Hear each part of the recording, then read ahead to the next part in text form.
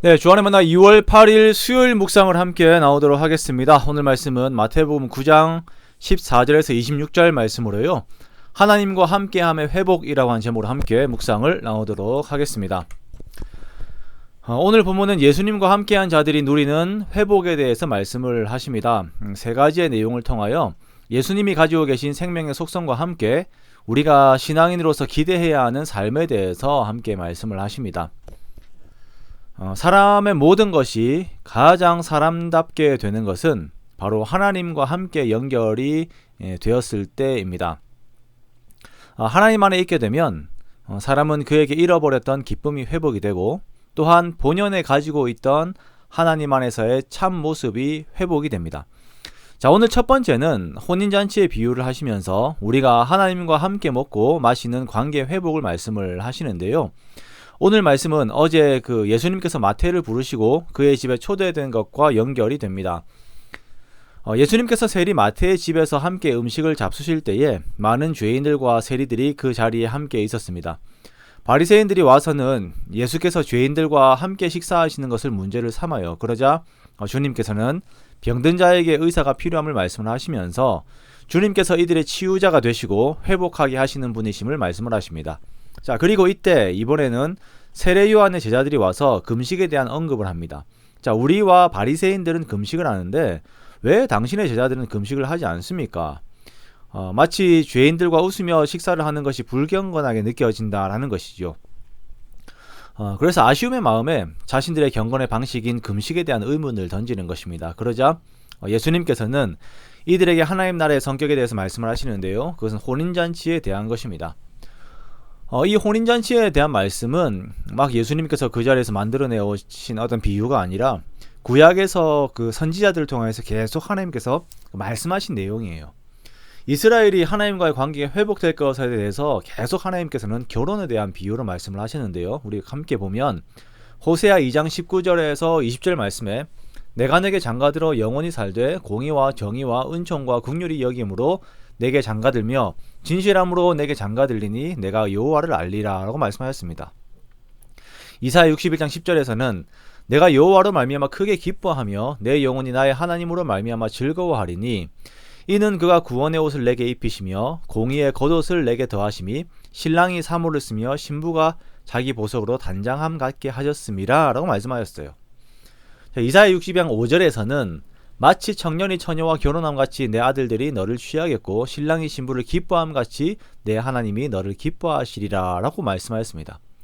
약속하신 거예요. 하나님께서 약속하신 것입니다. 그래서 지금의 이 그림, 예수님과 식탁 교제를 하는 이 사람들은 그들의 하나님 되시는 예수께 돌아옴으로써, 죄인들이 돌아옴으로써 이들이 주님과 하나 되고 주님을 아는 것에 대한 회복의 기쁨, 그 약속의 말씀이 이루어진 것입니다. 이 예수님께서 이것을 선포하시는 것이에요. 예수 그리스도로 말미암은 구원은 이들의 실존과 모든 삶의 큰 기쁨으로 주어질 것이다 라고 하는 선포입니다. 15절의 말씀처럼 잠시 신랑을 빼앗길 날이 있을 것입니다. 십자가의 고난이 있을 것입니다. 그러나 예수님의 구속의 역사가 끝난 이후에 성도들의 모든 삶들은 하나님 되신 예수님으로 인한 끊임없는 그 기쁨의 영구함이 이들에게 주어지게 되는 것입니다. 이것이 우리가 예수님 안에서 누리는 기쁨의 성격입니다. 자, 두 번째는 한 관리가 와서 자신의 죽은 딸을 살려줄 것을 요청을 하지요. 이 사람은 이제 회당장 야이로입니다. 마태복음에서는 이름이 나오진 않아요. 자, 이 과정에서 두 명의 회복이 일어나게 됩니다.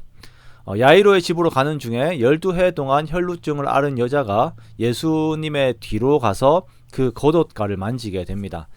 자, 이렇게 한 동기는 21절의 말씀처럼 이 여인의 마음에 예수님의 겉옷만 만져도 구원을 받겠다라고 하는 그 믿음 때문입니다.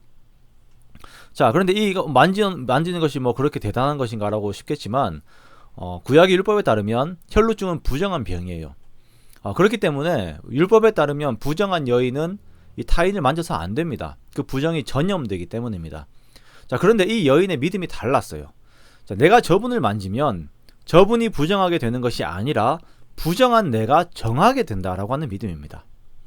이 믿음이 이 여인을 회복시켰습니다. 즉 죄인과 예수께서 만나면 하나님 되시는 예수님이 부정하게 되시는 것이 아니라 죄인이 회복되게 되는 것이죠.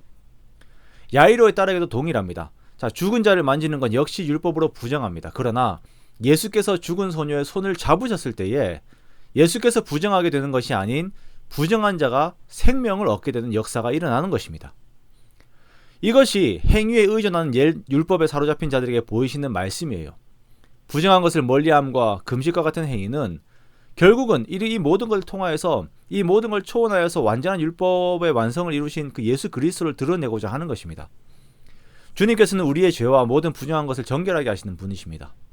이렇게 예수님을 믿고 예수님을 의지하고 예수님 안에서 정결함과 회복을 누리고 예수님 안에서 기쁨을 누리는 것이 새 포도주를 새 부대에 담는 것이죠. 우리가 이러한 신앙생활을 누리기 원합니다. 부족한 나 자신에게 어떤 근거와 어떤 의미를 두는 것이 아니라 온전히 예수 그리스도를 의지하는 것입니다. 그 안에서 자유함을 누리는 것입니다. 이것이 복음이고 이것이 성경의 말씀입니다. 사랑하는 성도 여러분, 지금 나와 함께 하시는 주님으로 인하여 우리에게 얽매인 모든 것이 자유하게 되시기를 주님의 이름으로 축원합니다. 안 될 것처럼 보이는 그 모든 것들보다 주님께서 크심을 믿고 주님께 다 내려놓는 저와 여러분이 되시기 원합니다. 주님께서 만지시면 모든 것이 회복됩니다. 참 기쁨과 참 자유가 주어지게 됩니다. 그러므로 주님을 온전히 의지하여 주의 앞에 나아갈 때에 정말 주님의 손길이 우리를 만져서 주의 능력으로 우리가 온전케 되는 은혜의 역사가 저와 여러분과 함께 하시기를 주님의 이름으로 축원합니다.